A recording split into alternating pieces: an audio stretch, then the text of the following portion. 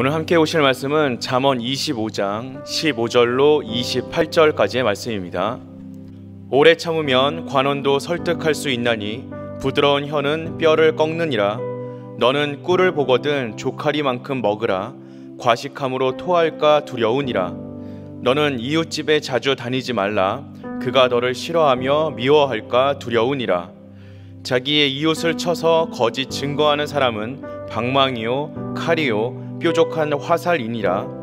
환난 날에 진실하지 못한 자를 의뢰하는 것은 부러진 이와 위골된 발 같으니라. 마음이 상한 자에게 노래하는 것은 추운 날에 옷을 벗음 같고 소다 위에 식초를 부음 같으니라.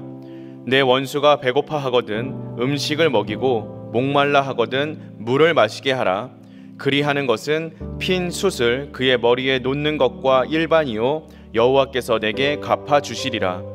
북풍이 비를 일으킴같이 참소하는 혀는 사람의 얼굴에 분을 일으키느니라. 다투는 여인과 함께 큰 집에 사는 것보다 움막에서 혼자 사는 것이 나으니라. 먼 땅에서 오는 좋은 기별은 목마른 사람에게 냉수와 같으니라. 의인이 악인 앞에 굴복하는 것은 우물이 흐려짐과 샘이 더러워짐과 같으니라. 꿀을 많이 먹는 것이 좋지 못하고 자기의 영예를 구하는 것이 헛되니라. 자기의 마음을 제어하지 아니하는 자는 성읍이 무너지고 성벽이 없는 것과 같으니라. 아멘. 세상을 살아가는 대부분의 사람들은 손해를 보거나 상처를 받으면 조금도 참지 못하고 똑같이 갚아주려고 노력합니다. 하지만 우리가 스스로 무언가를 해결하려고 노력하기보다는 우리에게 있는 모든 문제와 아픔들을 하나님께 넘겨드리는 것이 참으로 지혜로운 행동입니다. 우리가 살다 보면 정말 억울한 일을 당할 때도 있습니다. 분해서 참을 수 없는 경우도 있습니다. 물론 성도에게도 그런 일들이 생깁니다. 하지만 중요한 것은 우리에게 그런 일이 생겼을 때 어떻게 반응하냐 하는 것입니다. 마음으로는 자신이 당한 만큼, 아니 그것보다 더 크게 갚아주고 싶고 말이라도 세게 쏘아 붙여주고 싶은 것이 인지상정입니다. 하지만 우리는 우리의 마음이 내키는 대로 모든 것을 다 행동하고 살아갈 수 없습니다. 진정 하나님의 역사를 이루는 것은 부드러운 혀, 다시 말하여 인내하면서 온유함으로 내뱉는 말입니다. 흥분하여 내뱉는 말 때문에 나중에 후회하는 경우가 너무나 많이 있기 때문입니다. 도저히 풀릴 수 없을 것 같은 문제도 오래 참고 지혜롭게 말할 때 아주 쉽게 풀리는 경우가 종종 있습니다. 감정을 앞세우는 것이 능사가 아니라 조금 기다리고 참고 하나님의 때에 맡기는 것이 참된 지혜임을 기억할 수 있어야 합니다. 우리의 삶에 어려움이 생기면 어려움이 생길수록 하나님의 뜻을 구하고 인내할 수 있어야 합니다. 이웃에 대하여 함부로 말하고 공격하고 싶을 때도 있지만 그것이 이웃에게 큰 상처를 입히고 결국 우리 자신에게 큰 해가 됨을 잊지 말아야 합니다. 생각 없이 던진 말이 이웃의 생명을 앗아갈 수도 있습니다. 상대를 배려한다라고 해서 내가 손해보는 것이 아닙니다. 원수를 사랑하라 라는 명령은 신약 성경에도 반복적으로 나오고 있습니다. 원수에게 욕을 퍼붓고 그 사람에게 해코지를 한다고 해결되는 일은 아무것도 없습니다. 도리어 그 사람에게 사랑을 베푸는 것, 그 사람을 마음으로 품어주는 것이 진정 이를 해결하는 방법이고 오히려 그 원수를 부끄럽게 만드는 방법입니다.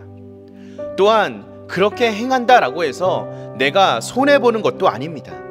왜냐하면 하나님께서 갚아주시기 때문입니다. 그러므로 우리는 하나님의 지혜를 구할 수 있어야 합니다. 우리가 원수를 사랑할 수 있도록, 우리가 원수를 마음으로 품을 수 있도록 그렇게 하나님이 능력으로 우리를 붙잡아 주시기를 소망하고 기도하며 나아가야 합니다. 곤경을 피하는 것, 그리고 하나님의 은혜를 참으로 누리며 살아가는 것, 이러한 삶을 살아가기 위해서는 우리의 마음을 다스릴 수 있어야 합니다. 우리의 마음이 또 우리의 행동이 하나님보다 앞서서는 안 됩니다. 내가 나선다라고 해서 속 시원하게 원수를 갚을 수 있는 것도 아닙니다. 때문에 우리는 하나님보다 앞서서는 안 됩니다. 우리가 앞서서 나간다면 도리어 미움과 다툼만 늘어나게 될 뿐입니다. 하나님의 백성이라면, 참된 하나님의 제자라면 세상의 방법과는 다른 하나님의 방법으로 갚아줄 수 있어야 합니다. 이러한 행동은 우리의 성품, 우리의 능력으로는 절대로 불가능합니다. 하지만 살아계신 하나님을 믿는다면, 그리고 하나님의 능력을 의지하고 하나님께 맡기고 나아간다면 우리는 이웃을 배려하고 원수도 사랑할 수 있습니다. 주님이 우리에게 능력을 부어주시기 때문입니다. 우리의 마음을 다스리지 못한다면 우리의 환경이 아무리 좋다 할지라도 우리는 평안을 누릴 수 없습니다. 그러나 우리의 마음을 잘 제어할 수 있다면 하나님이 주시는 풍성한 은혜를 누리며 살아갈 수 있게 될 것입니다.